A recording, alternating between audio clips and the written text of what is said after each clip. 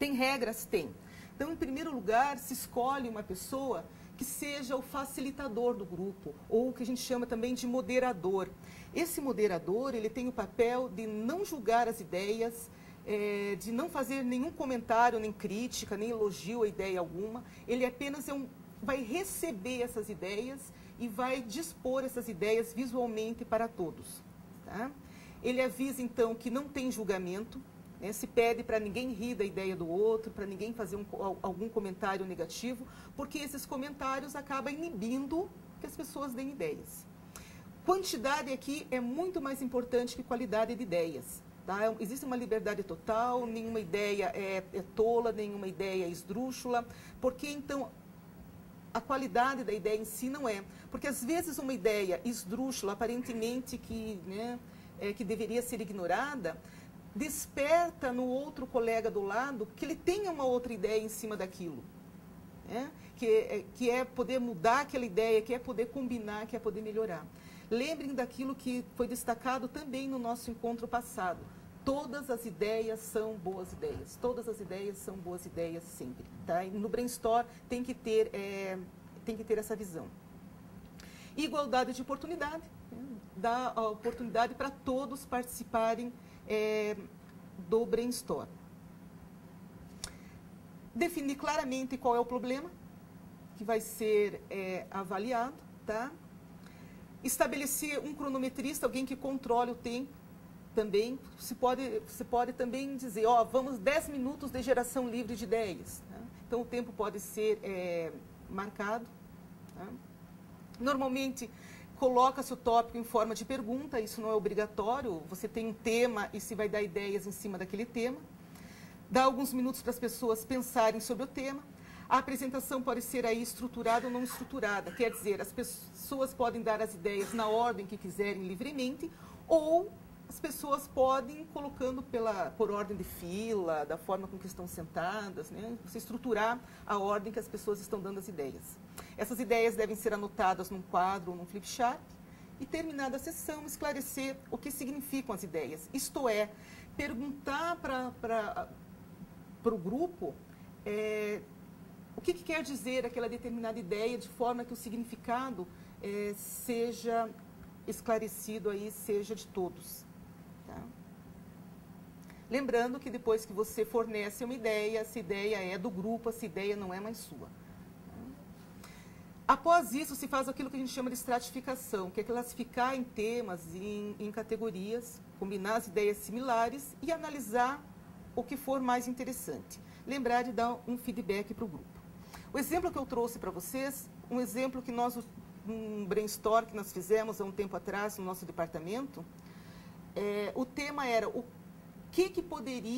quais eram os problemas que tinham num determinado curso nosso, e o que a gente podia então aí fazer para melhorar o curso. Então, era levantar os problemas do curso.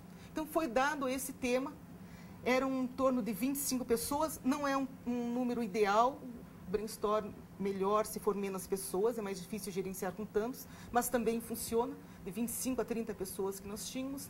Todas as pessoas foram dando ideias de quais eram os problemas do curso, né, e foram sendo anotados no quadro. Depois, essas ideias foram estratificadas, isto é, elas foram classificadas em... essas ideias eram relativas a quê? A professores? Essas ideias eram relativas a ambiente físico?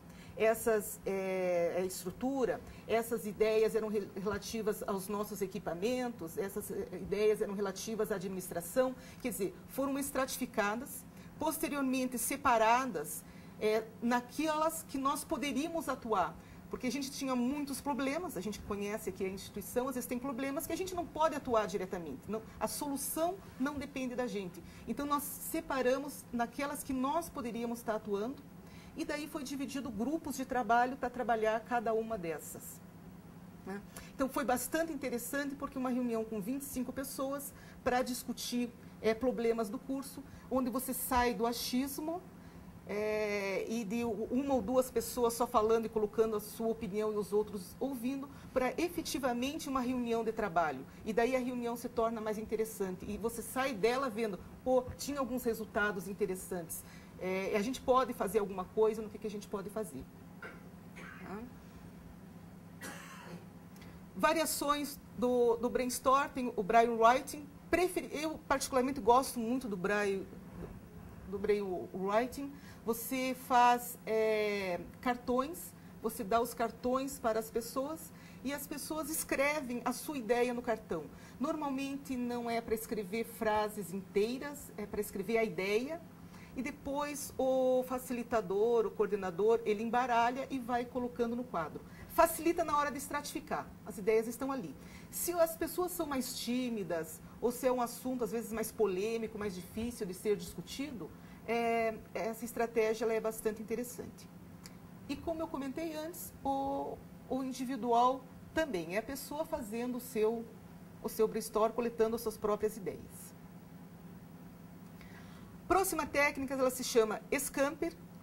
Essa técnica é formada por 7 operadores, cada operador é a letra que começa a palavra Scamper, né? S de substituir, C de combinar, A de adaptar, M de modificar, P de procurar outros usos ou de pesquisar, E de eliminar e R de rearrumar, né? Rearranjar. Então, como que você utiliza? Sempre que você quiser fazer alguma melhoria num produto, num processo, ou você queira recriar objetos. O estilo é utilizar os operadores aí para as soluções genéricas, tá? E pode ser escolhido, o grupo pode decidir trabalhar com uma letra só, com um operador só, ou trabalhar com 2 ou com 3 operadores. Ou se eu tenho um grupo muito grande, eu posso dividir esse grupo em grupos menores e cada um ficar com uma letra, por exemplo. E normalmente se busca através de perguntas a solução. Então, o exemplo que eu tenho aqui, para usar a letra S do substituir. Né? A gente, às vezes, normalmente pendurar alguma coisa na parede era prego e martelo. Então, eu posso substituir o prego e martelo por alguma melhoria? Sim, a 3M desenvolveu e depois foi bastante copiada, né? Esses seguradores, autoadesivos aí na parede. Então, a gente substituiu uma alternativa. Tá? Sempre, então, perguntas aí direcionadas para o Scamper. Um exemplo aqui utilizando a letra C. Tá?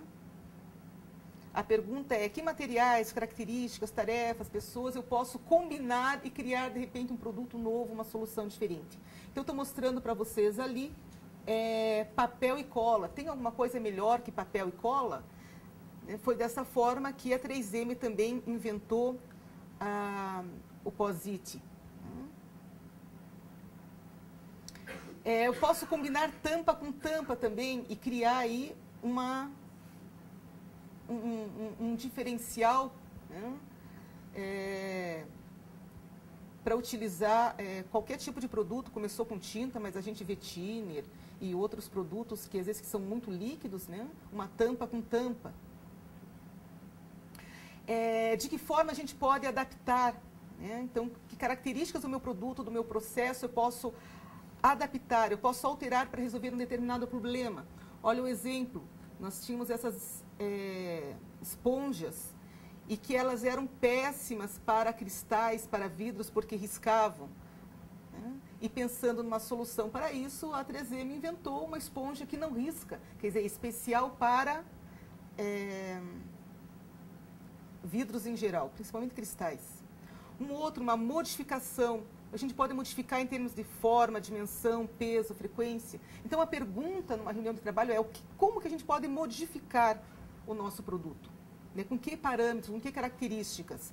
Aqui um outro da 3M, isso é um projetor muito grande de ser carregado e a 3M trouxe, posso diminuir, torná-lo menor. Então, ela lançou este produto. Como você pode arrumar outros usos para um determinado produto ou processo que você tenha? Esse produto tem essa utilidade. A gente pode fazer alguma alteração nele, né? E eu posso dar para ele um uso diferente? Esse exemplo que aqui está Ele é um cicatrizante da 3M, ele ajuda na cicatrização, uma fita adesiva que você cola em cima de cicatrizes, de cortes, e ajuda no processo de cicatrização. A 3M, pesquisando novos usos para esse produto, criou o NexCare, que é para secar acne, um formato diferente, um novo uso para uma tecnologia que ela já tinha, então lançando um novo produto no mercado. O que aconteceria se eu eliminasse uma parte do meu produto, se eu cortasse meu produto pela metade, se eu eliminasse algum circuito, alguma coisa do meu produto? Ou o exemplo que tem aqui, esse aqui é de processo.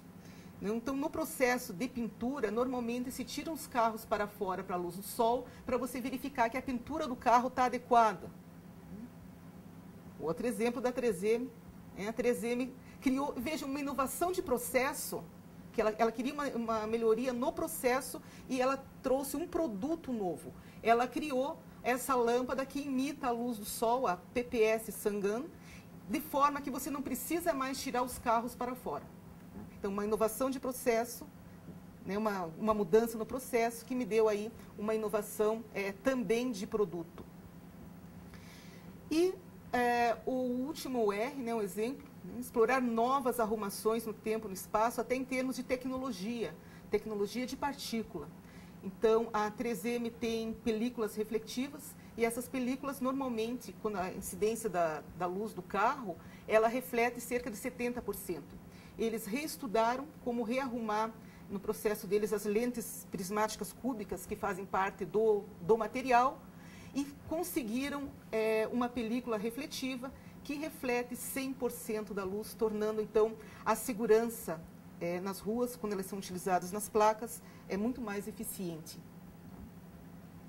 Exemplos aí, então, de como a gente pode estar utilizando essa técnica Scamper. No material que eu vou estar passando para vocês, tem mais perguntas, tem mais exemplos também.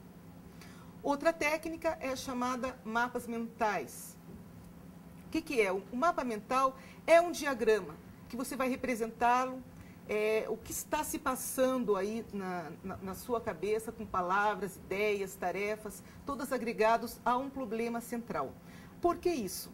Principalmente utilizar mapas mentais, porque o nosso cérebro ele não trabalha de uma forma linear. Nós não resolvemos um problema pensando, o primeiro passo é esse, o segundo passo é esse, o terceiro passo é esse. A gente não trabalha linearmente ou de uma forma lógica, né? O cérebro trabalha aleatoriamente. Tá? E até porque nós memorizamos muito mais se nós utilizamos palavras, símbolos, cores diferentes.